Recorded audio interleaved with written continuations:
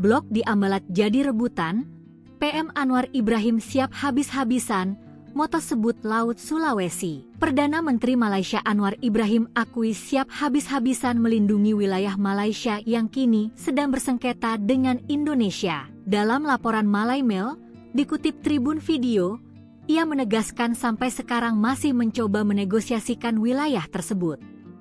Malaysia dan Indonesia memiliki klaim tumpang tindih di Blok ND6 dan ND7. Malaysia menyebut kawasan tersebut Laut Sulawesi, sementara Indonesia menyebutnya Ambalat.